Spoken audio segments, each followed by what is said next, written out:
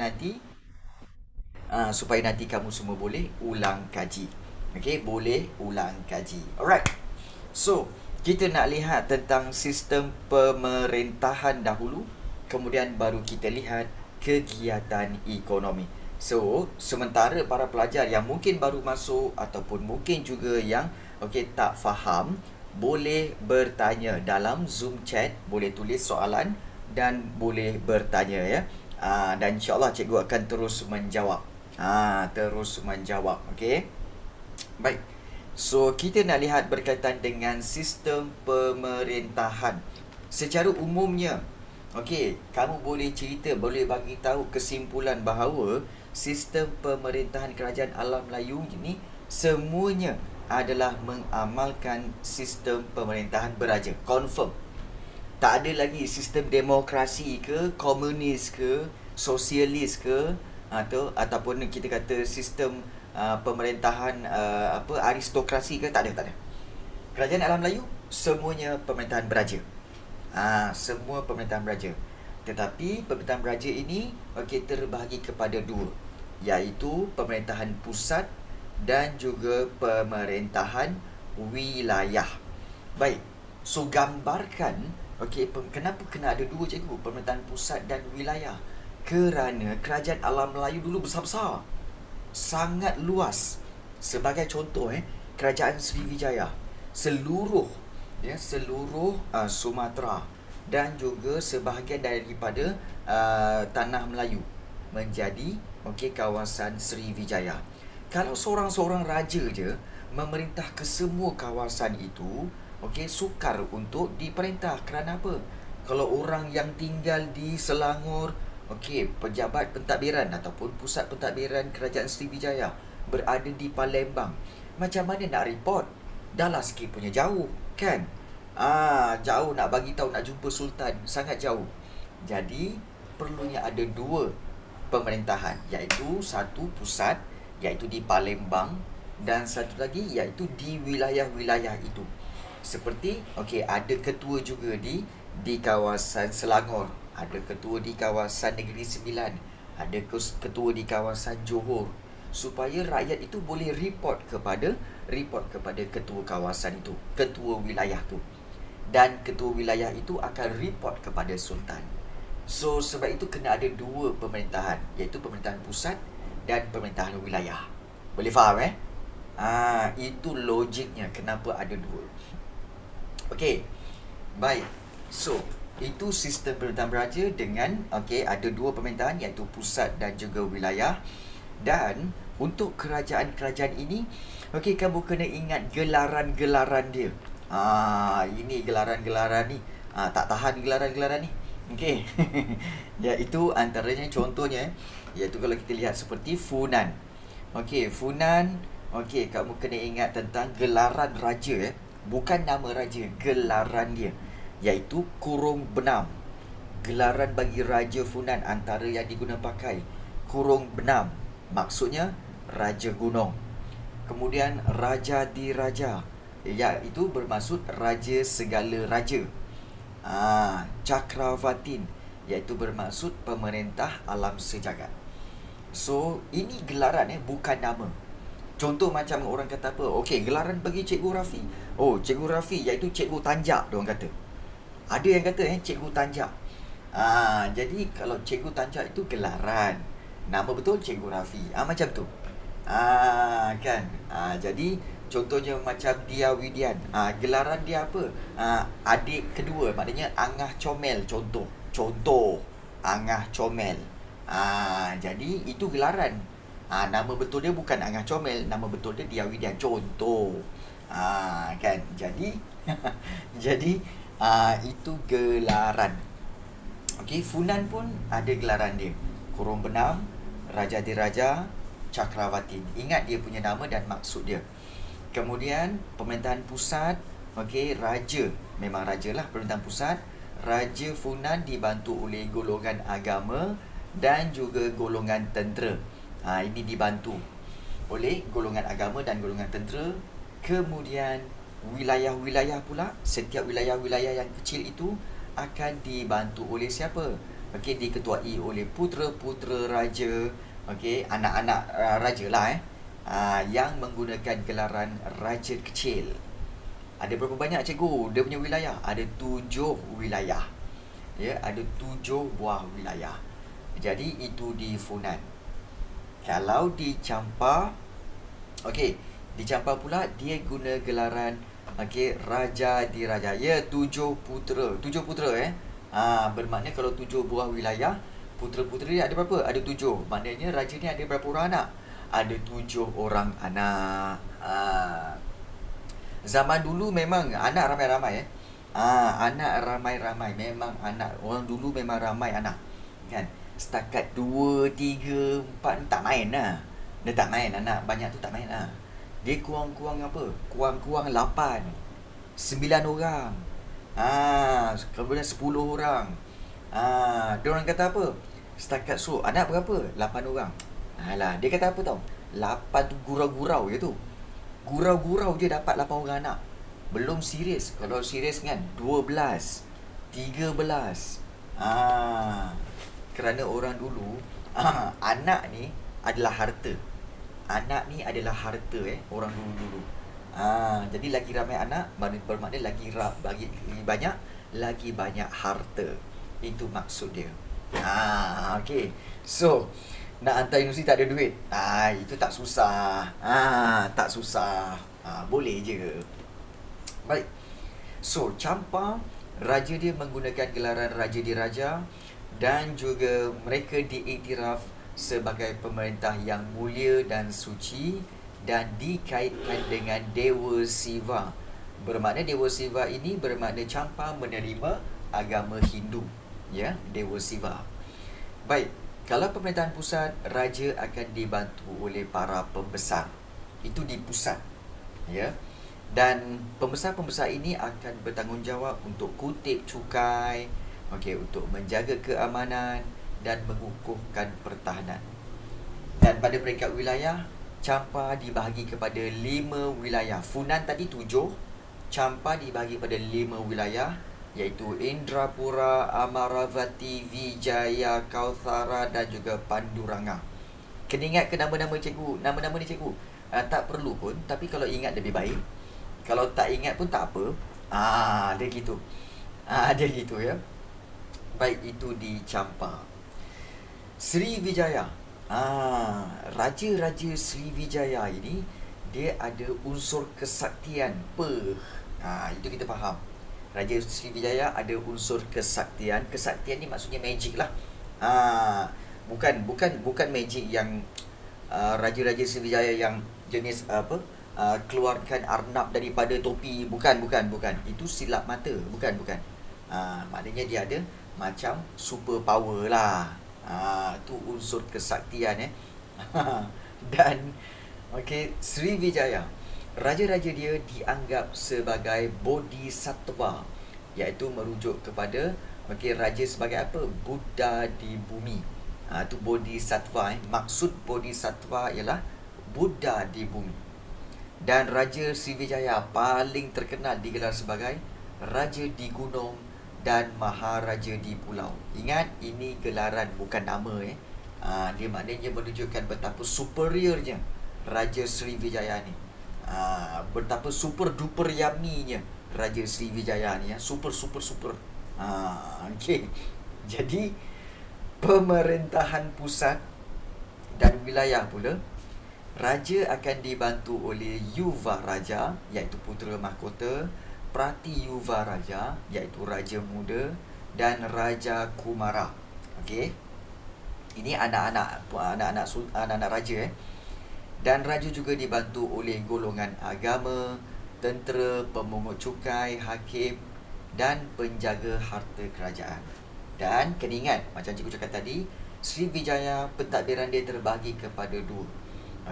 Pentadbiran wilayah ini terbahagi kepada 2, iaitu kedatuan dan pradatuan.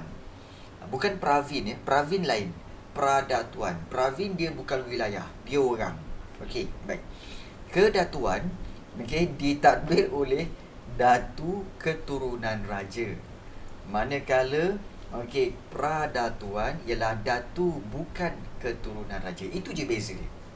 Kedatuan, datu keturunan raja. Pradatuan, okey, datu bukan keturunan raja. Take note benda tu, okey, tentang Sriwijaya. Begitu juga tentang Angkor. Okey, raja-raja Angkor pula mengaitkan diri mereka sebagai dewa. Anggap diri mereka sebagai dewa kau. Dewa iaitu mereka menggunakan gelaran Dewa Raja. Itu di Angkor, Dewa Raja. Dalam sistem pemerintahan, kuasa kedua dan kuasa ketiga yang penting ialah permaisuri dan juga raja muda. Maksudnya di sini, dalam banyak-banyak kerajaan, hanya Angkor sahaja dia beri kuasa kedua kepada permaisuri dan kuasa ketiga kepada raja muda. Maknanya tak ada kerajaan lain yang mentionkan permaisuri dan raja muda, melainkan kerajaan Angkor. Take note benda tu. Macam mana kita nak ingat semua ni cikgu? Okey, nak ingat semua ni, kamu kena ingat perbezaan dia. Funan, Korong Benam, Rajatiraja, Cakrawatin, ada 7 wilayah. Kemudian diketuai oleh putera raja yang menggunakan gelaran Raja Kecil. Kemudian kalau Champa, Champa beza, dia guna satu gelaran je, Rajatiraja. Okey, dan dikaitkan dengan Dewa Siva. Okey, kalau pemerintahan pusat, okey, raja dibantu oleh para pembesar yang akan mengutip cukai, menjaga keamanan, kukuhkan pertahanan.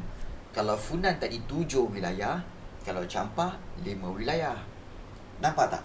Kamu nampak perbezaan dia kat situ. Dengan cara perbezaan ini baru kamu boleh ingat.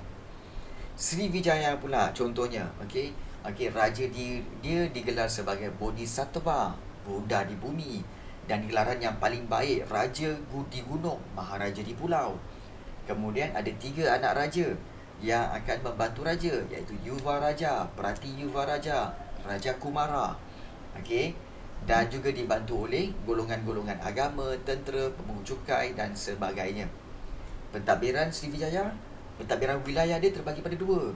Sriwijaya ada kedatuan, ada pradatuan. Kedatuan itu datu keturunan raja. Pradatuan yang diperintah oleh datu bukan keturunan raja. Angkor dikaitkan dengan raja sebagai dewa, sebab itu dipanggil Dewa Raja.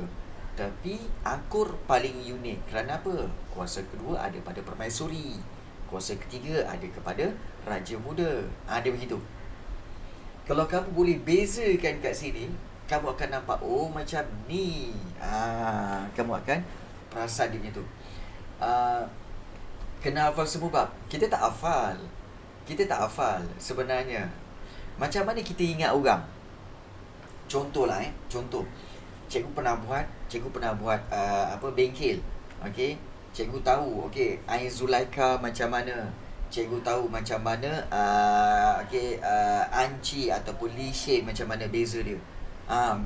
Kita tak ingat, tapi bila sebut nama kita tengok rupa Ain Zulaikha, kita tengok Lee Shen.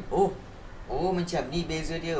Ain Zulaikha tinggi, besar, kemudian dia pakai tudung, kemudian yang Lee Shen, dia. Kita bukan ingat muka apa semua, tapi kita nampak perbezaan dia. Dengan perbezaan itulah kita boleh ingat. Nampak tak? Perbezaan yang boleh kamu senang nak ingat. Ingat perbezaan ya. Jadi itu cara dia. Baik. Jadi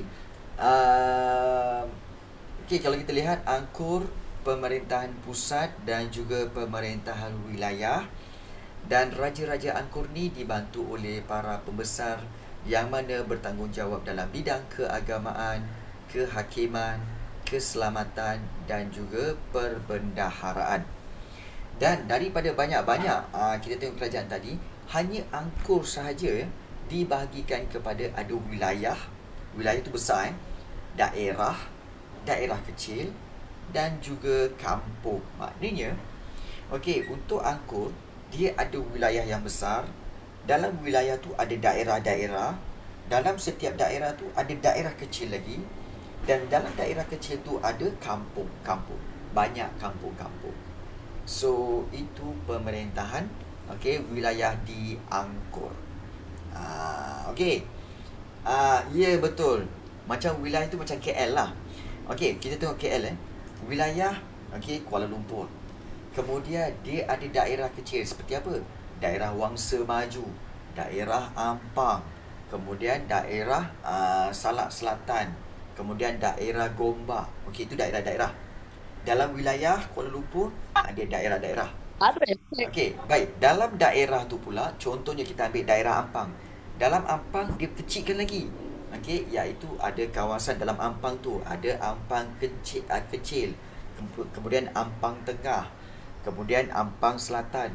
Dia kecilkan lagi. Dalam Ampang kecil tu lagi, Ampang yang tengah tu, dalam tu ada kampung-kampung, Seksyen 32, ada kampung tambahan, kemudian ada taman Saga, taman itu, taman itu. So taman-taman tu dipanggil sebagai kampung lah. Jadi itu gambaran wilayah di Angkor dulu. Besar, kemudian kecil daerah, kemudian kecil lagi daerah kecil-kecil, dan dalam tu ada lagi banyak kampung-kampung. So itu gambaran wilayah di Angkor. Boleh faham okey. Boleh faham okey, setakat ini untuk 4 kerajaan ini ada soalan tak nak tanya? Ada cikgu. Tak ada, Pravin. Okey, bagus Pravin. Okey. Sebelum itu nak tanyalah kan, nak tanya saja, nak tanya kan. Okey, iaitu di sekolah dah mula PDPR kan? Dah mula dah. Dah mula dah. Okey, so dah belajar bab berapa dah? Sejarah. Macam cikgu saya dia suruh buat nota je. Kan? Kan? Tapi I dah tulis dah nota. So Ah. dah senang kerja. Ya, baru bab 1 Nur Insyirah kata. Pishaan kata belum start. Kemudian juga cikgu tak buat kelas lagi, Zahra. 1 jam pada introduction. Oh, ya ke? Saya tak tahu siapa cikgu sejarah saya. Lagi haru. Cikgu bagi pengenalan, see? Okey, dan betul tak macam cikgu cakap, macam Pravin cakap tadi, iaitu cikgu kata apa? Okey, buat nota. Sebab itu cikgu dalam kelas cikgu buat apa? Jom kita buat nota. Supaya apa? Supaya dalam kelas kita ni kamu dah ada buat nota. Bila cikgu minta buat nota, kamu boleh kata apa? Cikgu, saya dah siap dah cikgu. Dah ada dah nota saya. See? Sebab itu cikgu pergi offline. Oh ya ke? Okay. Dan cikgu suka untuk berikan nota supaya kamu semua boleh gunakan nota cikgu dalam kelas di sekolah kamu. Handphone teruk, saya tak dapat dengar kelas punya audio, ya ke? Saya belum belajar sejarah lagi tingkatan 2. Q kata dah bab 2. Serius dah bab 2. Kalau cikgu suruh buat balik, at least kamu dah ada. Dan kamu just tiru je. Tak payah nak fikir-fikir. Kan? Ini kalau kamu tak ada langsung nota, tiba-tiba kena buat nota sendiri, pening kamu. Kan? Nak ingat kerajaan Melayu. Okey, bagus Kicha. Tu bagus. Apa juga teknik yang cikgu sekolah kamu beri? Pakai. Gunakan. Supaya kamu lagi banyak teknik yang kamu boleh ingat. Yes. Kawan saya pun komplain pasal nota sejarah terlalu banyak. Well, sejarah tentang fakta. So, kenalah banyak kan. Cikgu suruh buat nota, saya hantar je yang saya buat nota dengan cikgu. Bagus Adib. Itu pun betul. Itu pun cara yang betul. So, bila cikgu kamu kata minta nota, kamu bagi nota yang cikgu berikan pada kamu. Yang kamu buat nota dengan cikgu kan, kamu bagi yang itu pun boleh, tak ada masalah. Cikgu okey. As long as dapat bantu kamu. Kamu rasa macam, oish, aku dah buat nota dah. Kawan-kawan lain nanti sibuk nak buat nota balik kan. Kamu dah ada nota. Itu cara dia. Okey, memudahkan kerja kamu. Okey, baik. Kalau jual nota cikgu tak cikgu kisah tak? Nak jual nota. Siapa suruh jual nota? Kau kecil-kecil nak buat nota, nak jual-jual niaga Kau ingat apa? Baru 14 tahun nak berniaga. Kan? Sudah. Okey.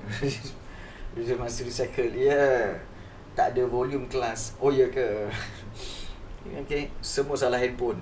Sabar Amar Okey, baik. Okey. Baik, kita sambung dengan 3 lagi kerajaan.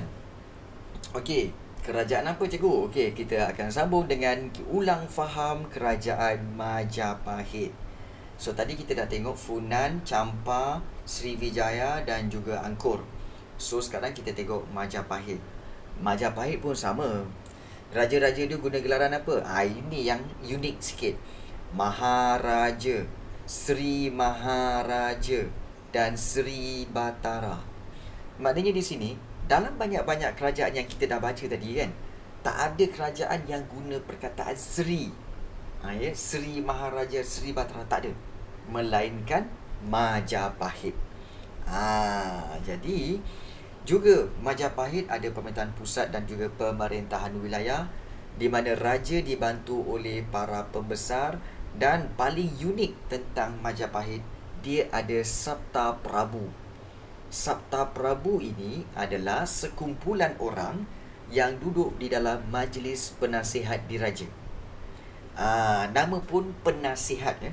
Maknanya tugas-tugas diorang ni menasihati raja. Okay, yang terdiri daripada kerabat-kerabat diraja lah. Jadi pada peringkat wilayah, Majapahit ini paling banyak. Kalau Funan 7 wilayah, kalau Champa 5 wilayah. Tapi kalau Majapahit 14 wilayah. Ambil engkau 14 wilayah ya. Memang banyak. Dan juga kalau kita lihat, setiap wilayah dipecahkan kepada iaitu dipanggil kawasan-kawasan seperti kabupaten, kawadanan, kapakuan dan juga kebuyutan. Apa benda tu cikgu? Itu semua ialah daerah. Daerah kecil dan juga kampung. Itu dalam bahasa Jawa kuno. Kamu kena tahu kan, Majapahit dia guna bahasa apa? Bahasa Jawa kuno. Tu Jawa kuno lah tu. Kabupaten. Kan? Korang tak boleh baca kabupaten, kawadanan. Tak boleh Dia kena ada sebutan macam tu. Cuba korang sebut. Kabupaten, kawadanan, pakuan dan kebuyutan. Cuba. Boleh sebut? Cuba sebut. Okey. Pravin, cuba sebut Pravin. Kabupaten, cuba sebut. Tak nak. Okey. Nanti keluarga pelik. Ni nak tanya. Dia cuba baca dia. Kabupaten, cuba sebut. Dia. Boleh tak dia?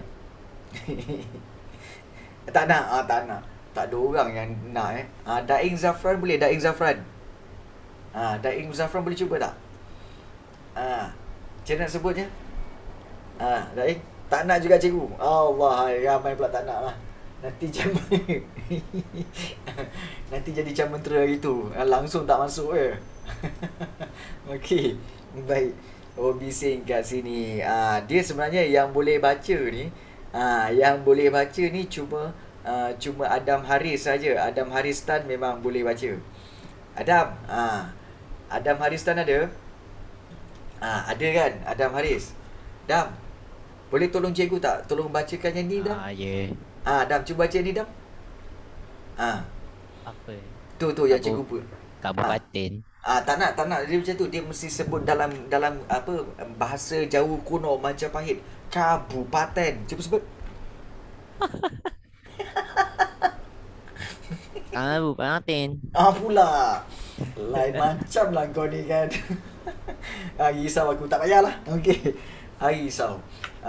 Kan ada seorang lagi yang hilang nanti. Okey. Tiba-tiba senyap. Selain Jawa. Yeah. Okey. Baik. Itulah dia tentang Majapahit. Okey. Itu yang kamu kena ingat. Baik. Kemudian kita lihat tentang Kedah Tua.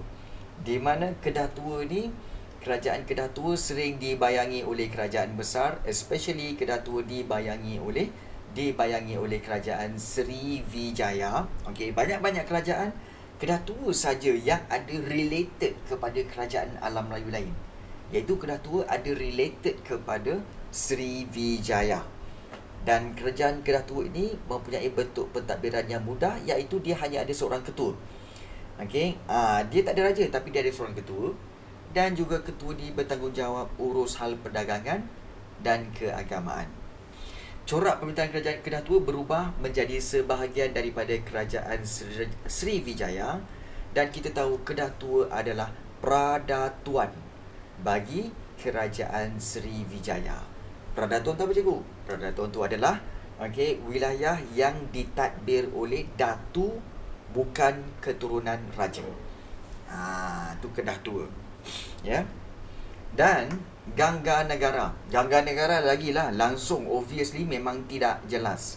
Namun begitu, kerajaan Gangga Negara ini amalkan sistem pemerintahan beraja, iaitu kita tahu yang mengasaskan kerajaan ini ialah Raja Ganji Sarjuna. Dan juga ada yang menyatakan bahawa yang mengasaskan kerajaan Gangga Negara ini adalah Raja Khmer, kan? Raja Ganji Sarjuna dan juga Raja Khmer. Jadi, raja lah yang berperanan membangunkan kemajuan perdagangan dan bertanggungjawab dalam hal ehwal keselamatan. So, itu tentang sistem pemerintahan kerajaan alam Melayu. Kenapa di antara semua yang kita belajar Gangga Negara paling tak jelas? Saya ini ancestry daripada Gangga River. Bukan. Sebenarnya Gangga Negara ni sebenarnya adalah kerajaan yang wujud di kawasan yang dipanggil Ipoh sekarang ni, Ipoh Perak. Ipoh Perak tu, kawasan situ dulu dipanggil Gangga Negara. Namun begitu, kenapa tak ada maklumat? Kerana Gangga Negara ini, kerana kalau kita lihat kerajaan alam Melayu, especially di kawasan Tanah Melayu ni, mengalami cuaca yang ekstrim, iaitu hujan yang lebat, kadang-kadang banjir, ataupun juga panas yang melampau. Kalau kita tahu, kita sekarang pun tahu kan, kalau panas tu, ya Allah, panas sampai 38, 39 dia punya suhu dia. Tapi kalau hujan sampai banjir apa semua. So, fenomena cuaca inilah yang telah menyebabkan banyak fakta-fakta ataupun tinggalan-tinggalan daripada kerajaan Gangga Negara ini telah pun terhapus. Jadi itu yang sebenarnya yang berlaku lah.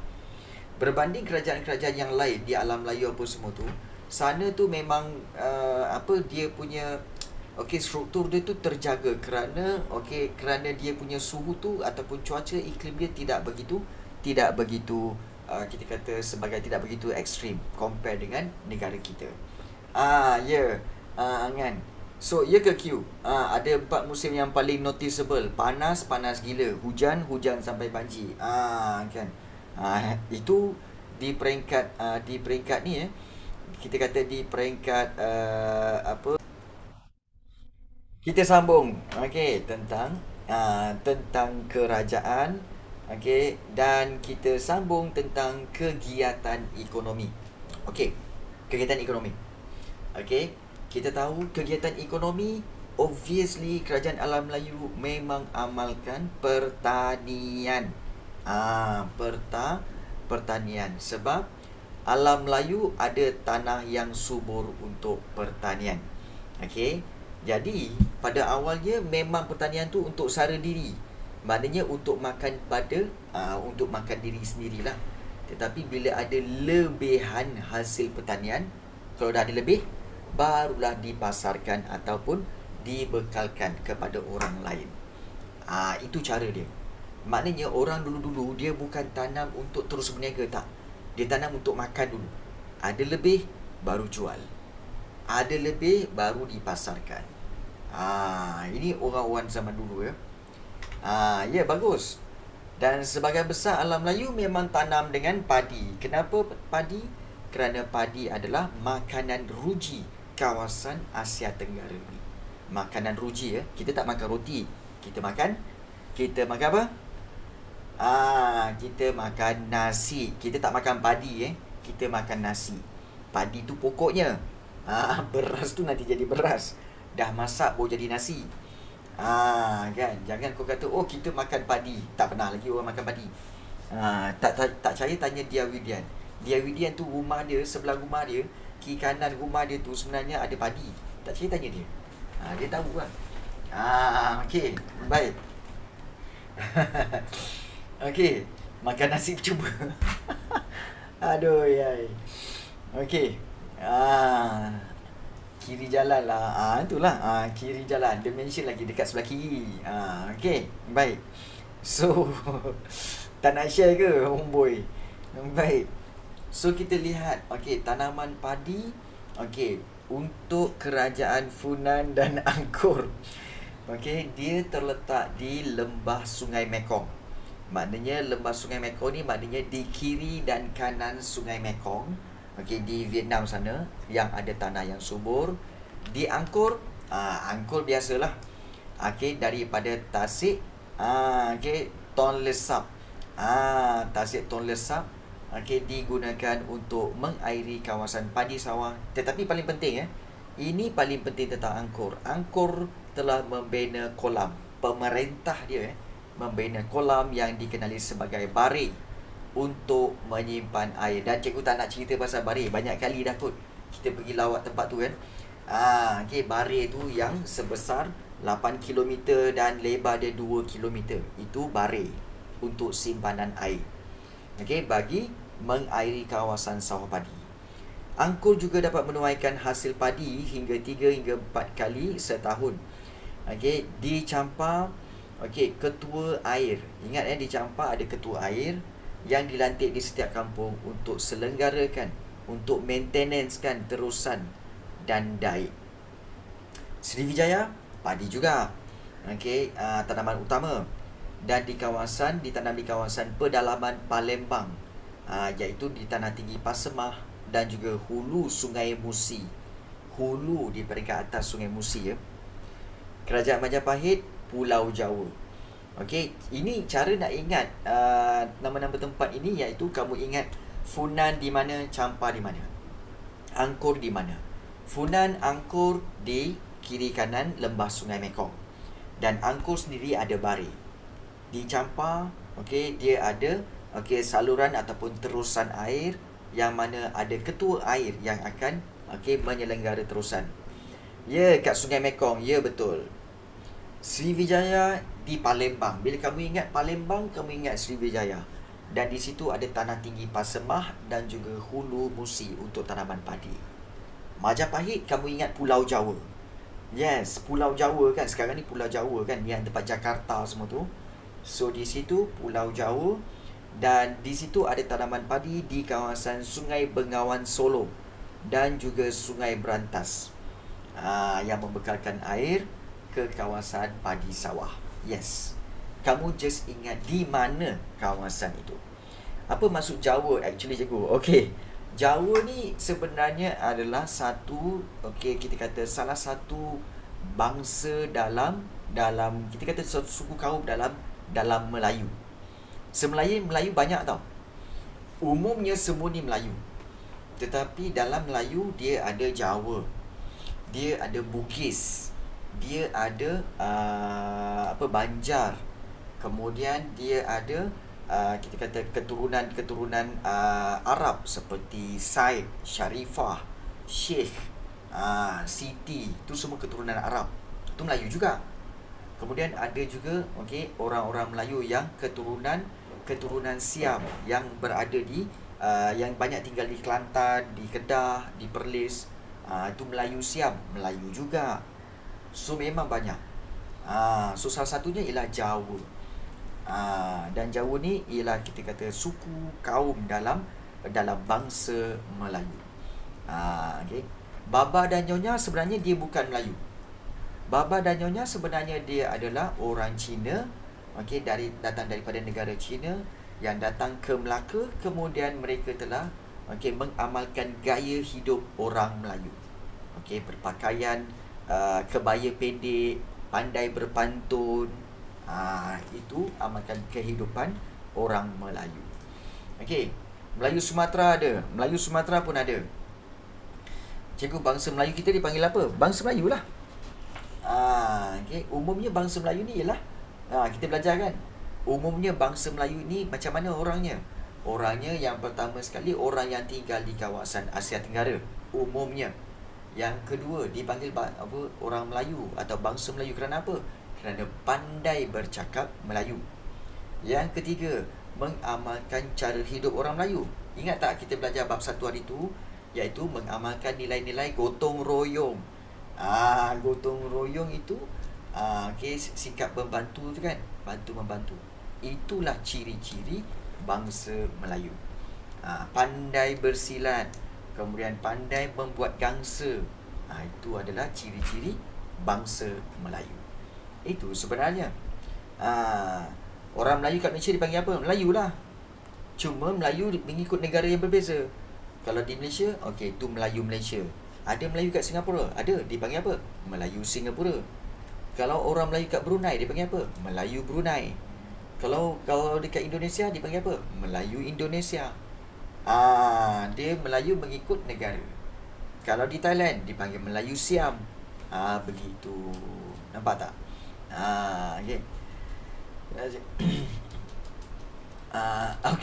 Okey. Kalau kat Amerika, Melayu Amerika lah. Baik. Okey, ini soalan paling penting ada orang tanya. Cikgu sejarah saya cakap orang Melayu bukan orang yang asal di Malaysia. Sebenarnya orang asli yang di Malaysia. Okey, baik. Sebenarnya begini. Okey.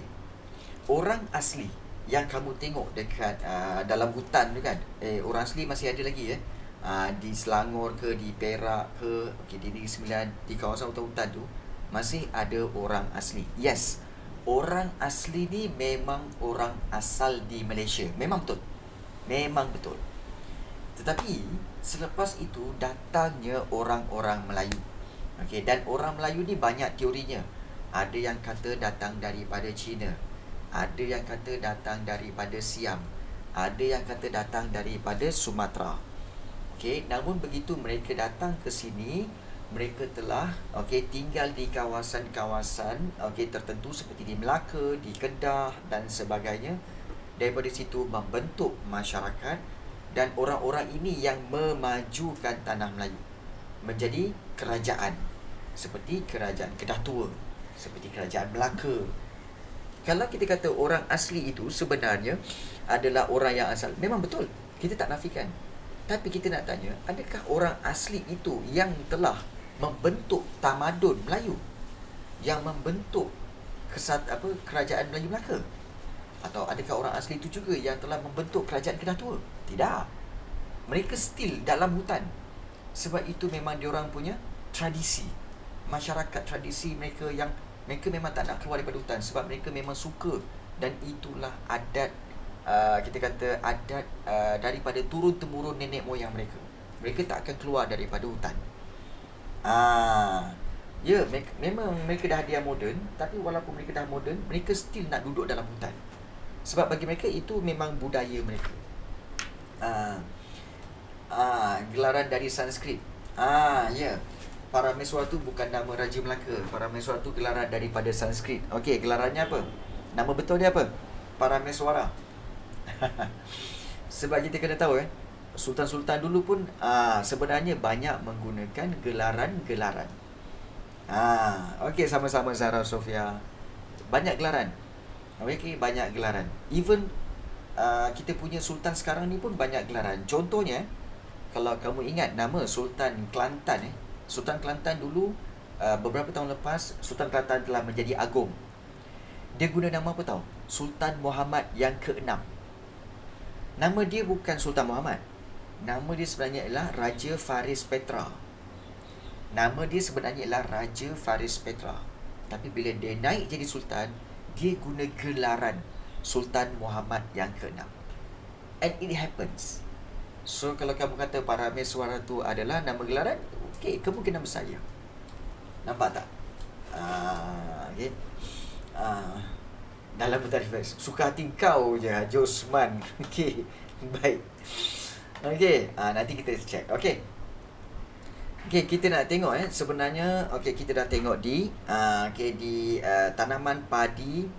Ya, betul. Kemudian selain daripada itu, kerajaan alam Melayu juga ada rempah ratus. Seperti bunga cengkeh, buah pala lada hitam.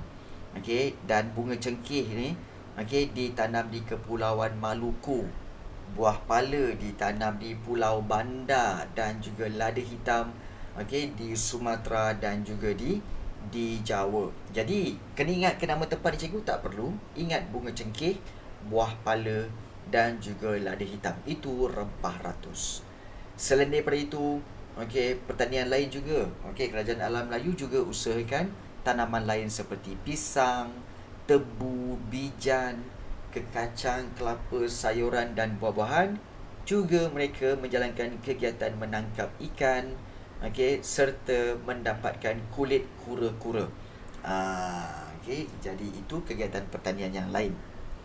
Kemudian, okey, dari sudut perdagangan memang harus diingat satu perkara yang kita tak nafikan. Kerajaan Alam Melayu ni menjadi tarikan pedagang luar. Why? Satu punca utama, kedudukan yang strategi. Tak kisahlah Funan ke, Angkor ke, Champa ke, Gangga Negara ke, semua jadi kawasan perdagangan. Kerana apa? Kedudukan yang strategi. Sebab terletak di tengah-tengah laluan perdagangan antara timur dan barat, iaitu di kawasan China dan juga India. So, dan betul, sangat smart. Betul, keturunan kita punya nenek moyang kita tu sangat-sangat bijak sebenarnya, sangat bijak. Jadi, kalau kita lihat, ini antara pelabuhan-pelabuhannya.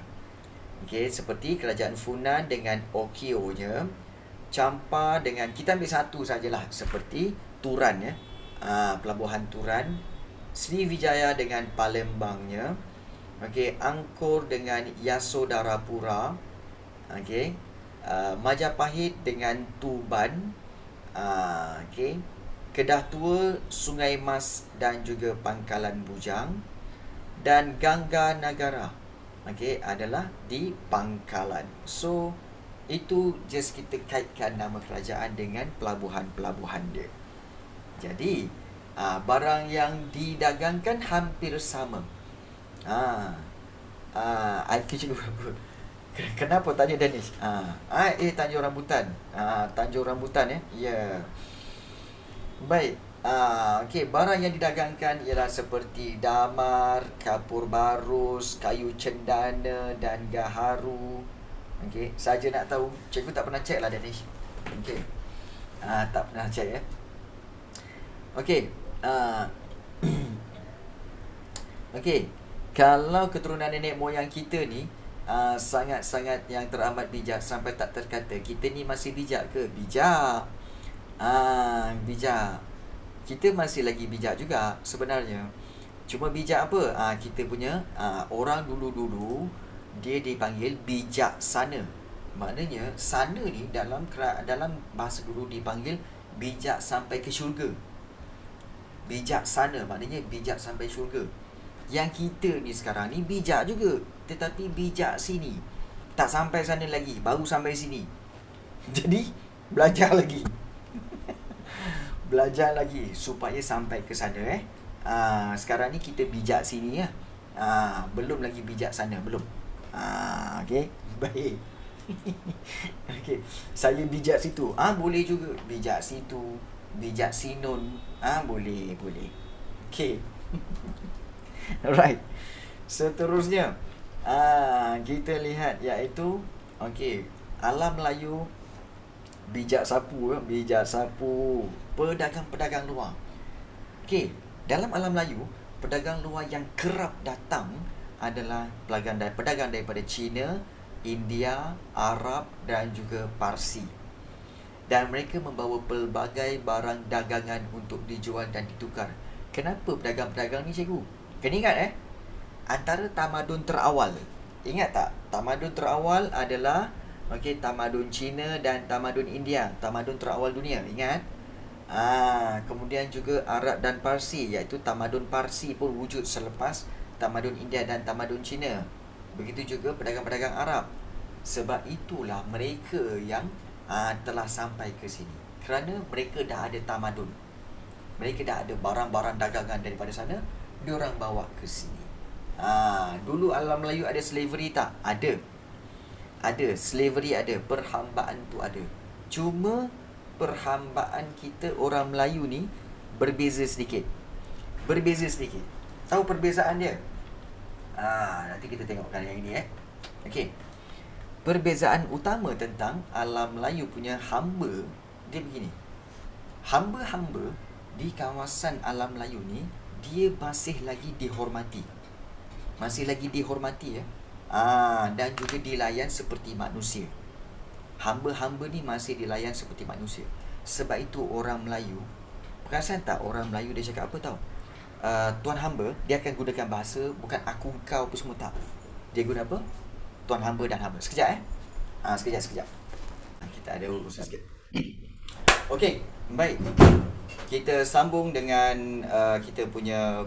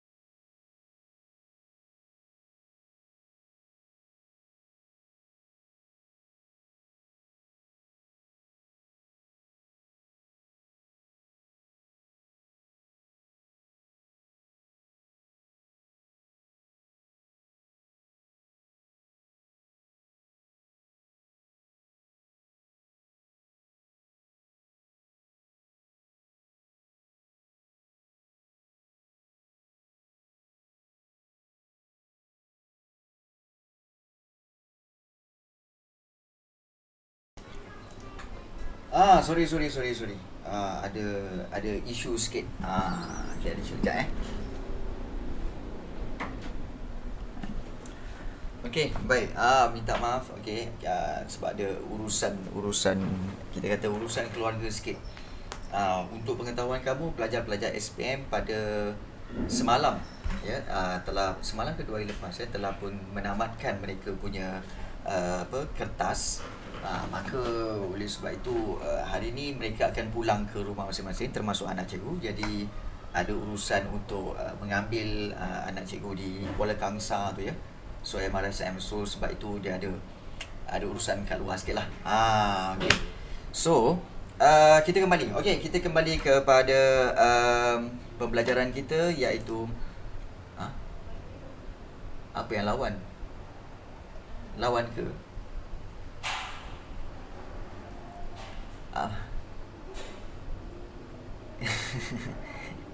Mana ada pergi Kuala Kangsar?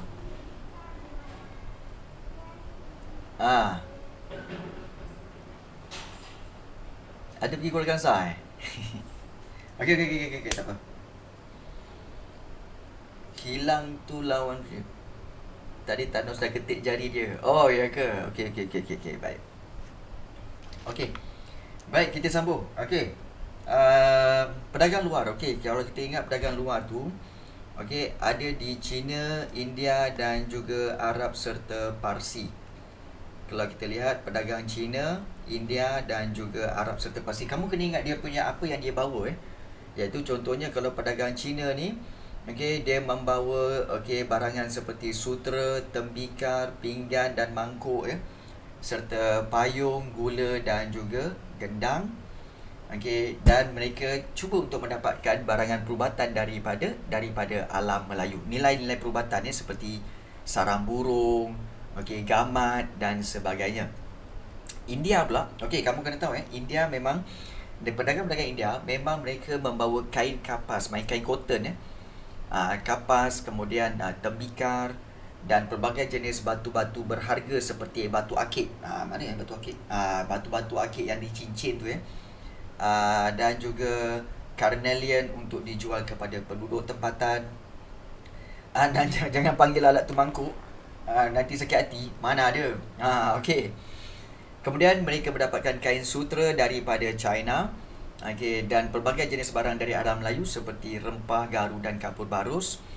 Juga mereka membawa pelbagai jenis tembikar. Kalau Arab dan Parsi membawa tembikar. Ingat Arab dengan Parsi memang mereka terkenal dengan minyak wangi dan juga barangan-barangan kaca serta manik untuk didagangkan. Dan mereka akan membeli rempah dan juga kayu wangi di alam Melayu untuk didagangkan semula ke tanah Arab dan juga Rom.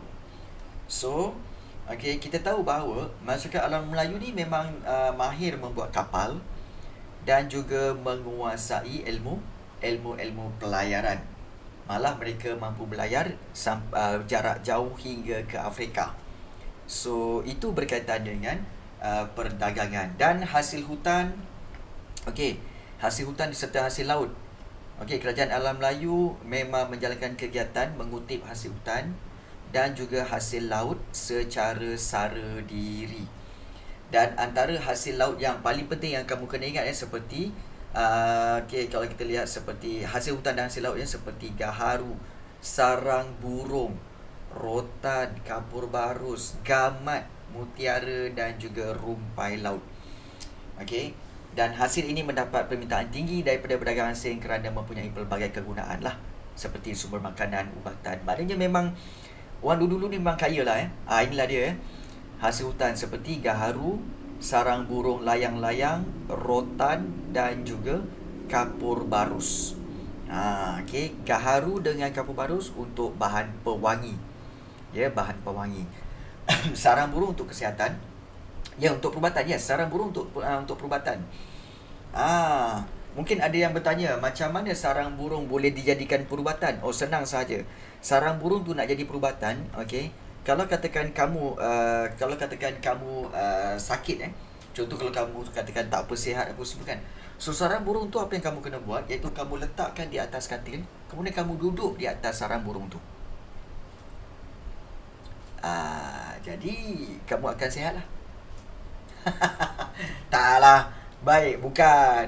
Ada macam tu. Sarang burung itu akan direbus, airnya diminum. Tu cara dia. Takkanlah kau nak duduk dekat short jump.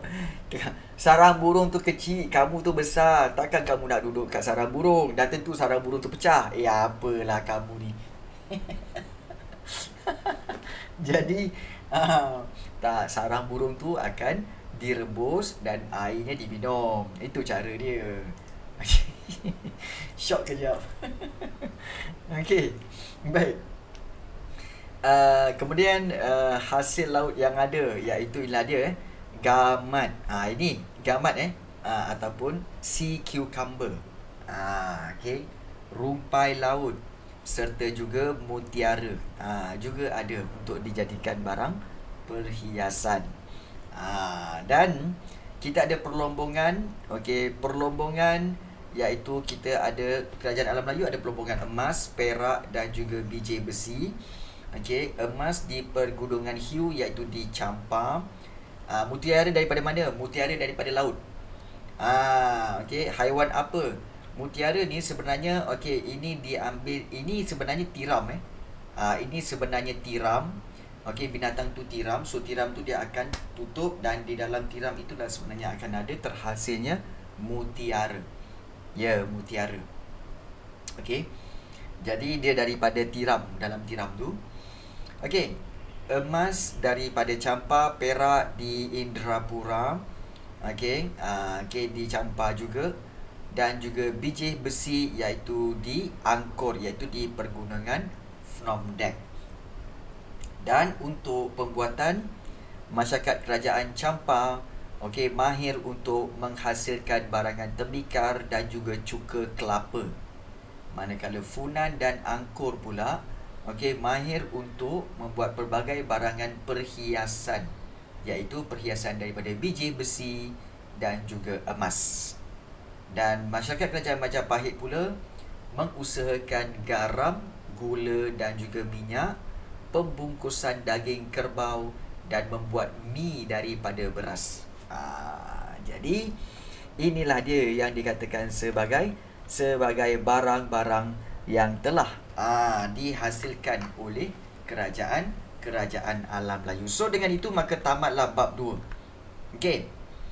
Baik, ada sebarang pertanyaan tak sebelum kita pergi kepada soalan-soalan? Ada tak nak tanya apa-apa sebelum kita pergi pada soalan-soalan? Tak ada kalau tak ada, kita akan pergi kepada soalan-soalan. Soalan-soalannya. Jom kita tengok. Cikgu lawan siapa tadi? Lawan siapa? Lawan siapa? Cikgu ada sebut apa? Bila tak ada tadi. Okey, betul ke sarang burung direbus? Lawan penculik cikgu. Cikgu lawan lawan apa? Tak faham. Tak faham. Oh, diorang ingat cikgu kena culik. Okey. Cikgu hilang tadi. Okey. Takkanlah cikgu hilang. Okey, penculik pula nak culik cikgu. Siapa pula nak culik cikgu? Nak cikgu pakai tanjak ni. Ada sesiapa yang berani nak culik cikgu kalau cikgu pakai tanjak ni? Kan? Tak pasal-pasal kena tikam. Kan? Tak ada lah kan. Alright. Jom kita tengok. Okey, berkaitan dengan soalan-soalan yang kita nak tengok. Jom kita tengok soalan-soalan. Okey. So cikgu okey, yes. Kan? Cikgu belajar silat dan juga cikgu belajar bukan taekwondo cikgu belajar silat dan juga tak belajar. Ada satu cikgu belajar bukan taekwondo tapi cikgu belajar yang ini. Take one kemudian do. Tu. Korang tengok tu. Cikgu belajar yang itulah. Take one and do. So bukan taekwondo. Take one do. So itulah dia. Okay. Okay. So kita lihat soalan yang pertama. Okay. Take to do. Take to do boleh juga. Baik, jadual berikut menunjukkan gelaran raja-raja di Kerajaan Alam Melayu. Jom kita buat sama-sama. Okey, jadual berikut menunjukkan gelaran raja-raja di Kerajaan Alam Melayu, iaitu Funan dengan kurung benam, Campa dengan apa? Dewa Raja ke, Maharaja ke, Raja Diraja ke, ataupun Sri Batara. Okey, jawapannya apa? Jawapannya ialah gelarannya. Jawapannya iaitu Raja Diraja. Betul? Iaitu jawapannya C, iaitu Raja Diraja. Betul untuk Campa? Okey, ke Dewa Raja? Santosh Das. Kenapa Santosh? Okey. Okey. Baik. Soalan, saya tahu jawapannya ada raja. Oh ya ke? Okey, soalan yang kedua. Kita tengok soalan yang kedua. Okey, maklumat berikut berkaitan dengan kerajaan Campa, iaitu Amaravati, Vijaya, Kauthara. Ini senarai tersebut merujuk kepada apa? Adakah wilayah, suku kaum, pelabuhan ataupun gelaran raja? Ini adalah berkaitan apa? Siapa tahu? A, B, C, D. Boleh tulis jawapan dia. A, B, C atau D. Tuliskan jawapannya dalam Zoom chat. Jawapannya adalah jawapannya adalah A, iaitu wilayah. Yes, wilayah. Okey. Soalan yang ketiga. Kerajaan Kedah Tua pernah menjadi sebahagian daripada Kerajaan Srivijaya. Pada ketika itu, Kedah Tua diletakkan di bawah pentadbiran apa? Adakah Kedatuan, Pradatuan, Raja Kumara atau Pratiyuva Raja? Sebenarnya jawapannya adalah betul. Jawapannya adalah B, Pradatuan. Okey, jawapannya adalah Pradatuan. Yes. Soalan 4. Senarai berikut dikaitkan dengan Kerajaan Angkor, iaitu Sungai Mekong, Tasik Tonle-sap dan juga Bare. So, apakah sumbangannya kepada Kerajaan Angkor? Apakah sumbangan Sungai Mekong, Tasik Tonle-sap dan juga Bare? Ingat iaitu apa? Iaitu Sungai Mekong, Tasik Tonle-sap dan juga Bare membekalkan air untuk sawah padi. Maknanya ini menyebabkan Angkor menjadi apa? Maju dalam bidang pertanian. So itulah dia. Maju dalam bidang pertanian. Yes. Soalan yang kelima, kita lihat maklumat berikut berkaitan dengan Kerajaan Campa. Ketua air di setiap kampung menyelenggarakan daik. So apakah tujuan usaha tersebut? Maknanya ketua air akan menyelenggarakan daik ataupun kita kata saliran-saliran air untuk apa? Untuk menghalang ancaman musuh atau memajukan perdagangan ataupun juga menjaga keamanan atau mencegah banjir. Yang mana satu? A, B, C, D. Okey, baik. Apa itu daik? Baik, sebab itu cikgu tanya tadi. Baik. Okey, zaman dulu, okey, ini cikgu lukis Zaman dulu, okey, katakan ini kawasan sawah, kemudian di sini akan ada daik di mana di sini ada saliran air dan juga begini. Baik, katakan di sini adalah kawasan sawah padi. Okey, kawasan sawah padi kat sini, sini pun kawasan sawah padi dan di sini adalah kita kata sebagai saliran air. Ini saliran air, okey. So saliran air kat sini, maka yang dikatakan daik itu adalah yang ini. Ini adalah daik. Daik. Okey, baik. Daik itu apa? Tanah tinggi yang dibina di tepi-tepi terusan. So ini terusan. Okey, ini terusan. So kalau kita lihat, daik tu untuk apa? Untuk menghalang daripada air itu keluar dan membanjiri kawasan sawah padi.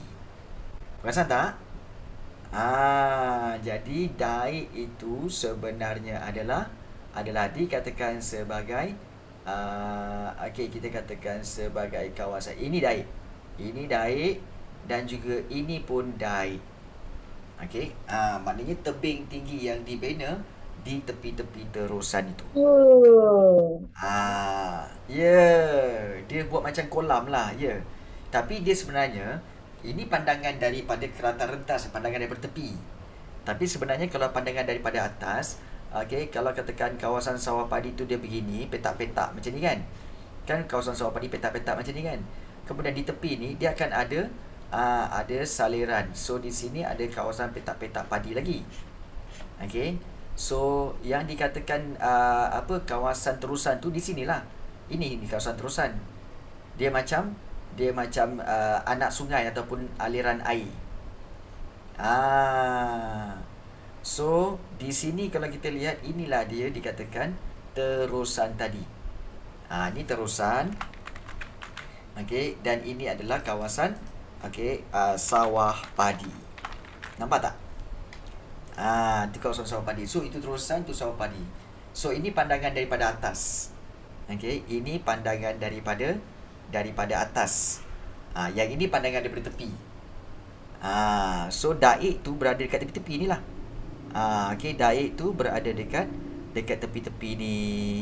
Ni daik, dia tinggikan sikit. Ini pun daik, ditinggikan sikit. Maknanya tebing-tebing terusan itu dipanggil daik. Boleh faham? Boleh faham tak? So itulah dia daik. Maknanya tebing tinggi yang dibina.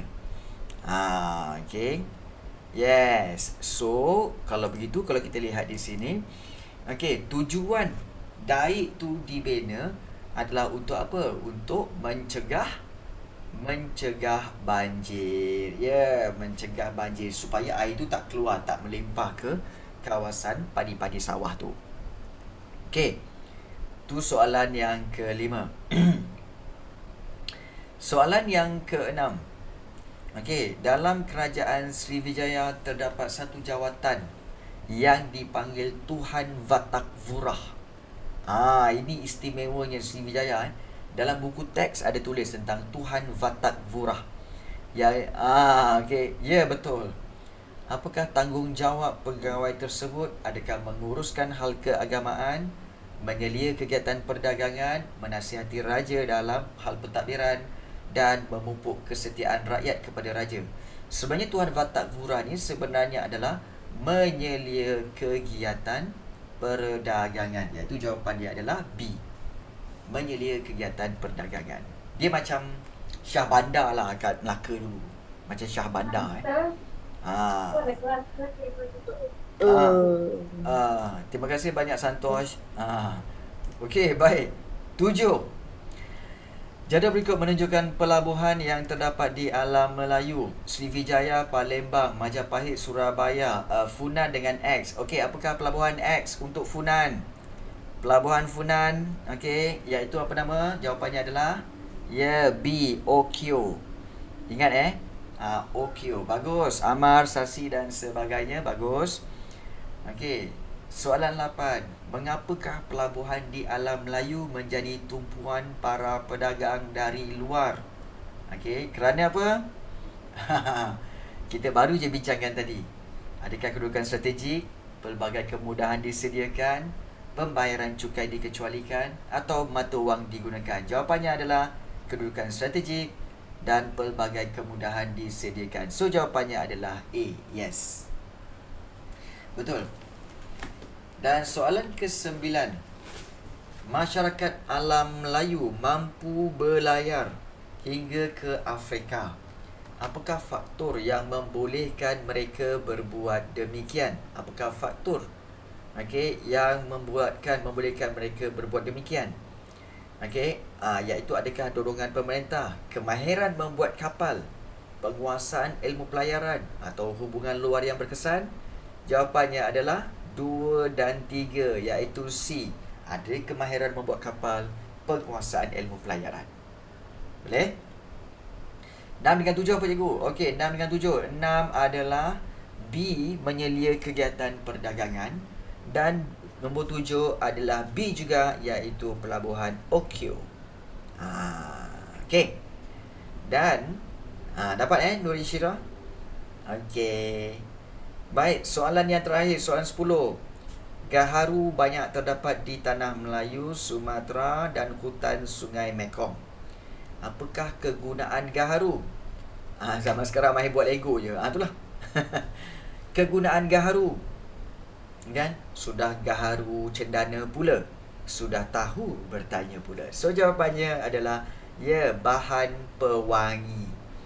Gaharu untuk bahan pewangi untuk buat minyak wangi. Orang tak buat minyak busuk. Orang buat minyak wangi. Okey. Alright.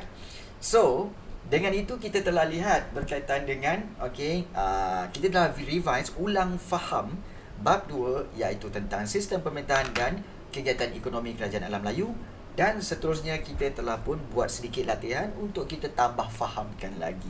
Okey. So, itu sahajalah untuk kelas kita bagi bulan Mac. So kita akan jumpa balik pada 5 April untuk kita sambung bab yang keempat, iaitu agama dan kepercayaan alam Melayu. Saya masuk 4 April. Kepada mana-mana pelajar yang akan pulang ke asrama, cikgu ucapkan good luck dan juga semoga maju jaya. Dan ingat walaupun kamu dah pergi ke asrama, tetapi kalau kamu bawa phone, anda hanya ada satu mesej jaraknya dengan cikgu. So kalau kamu rasa nak mesej, boleh mesej cikgu untuk bertanya apa juga soalan. Bulan 1 lah Ain Zulaka. Jadi kamu boleh tanya pada bila-bila masa. Boleh WhatsApp cikgu. Don't worry, jangan segan silu. Boleh bertanya cikgu pada bila-bila masa. So kita jumpa lagi dan terima kasih. Kita akan jumpa lagi pada bulan April. Guys, kita jumpa lagi. Oh, jangan lupa geografi esok. Kita jumpa lagi. Assalamualaikum dan bye-bye semua. Bye. Bye. Soalan, macam nak makan nasi lemak atau roti canai? Roti canai. Assalamualaikum. Waalaikumsalam. Bye. Bye. Bye.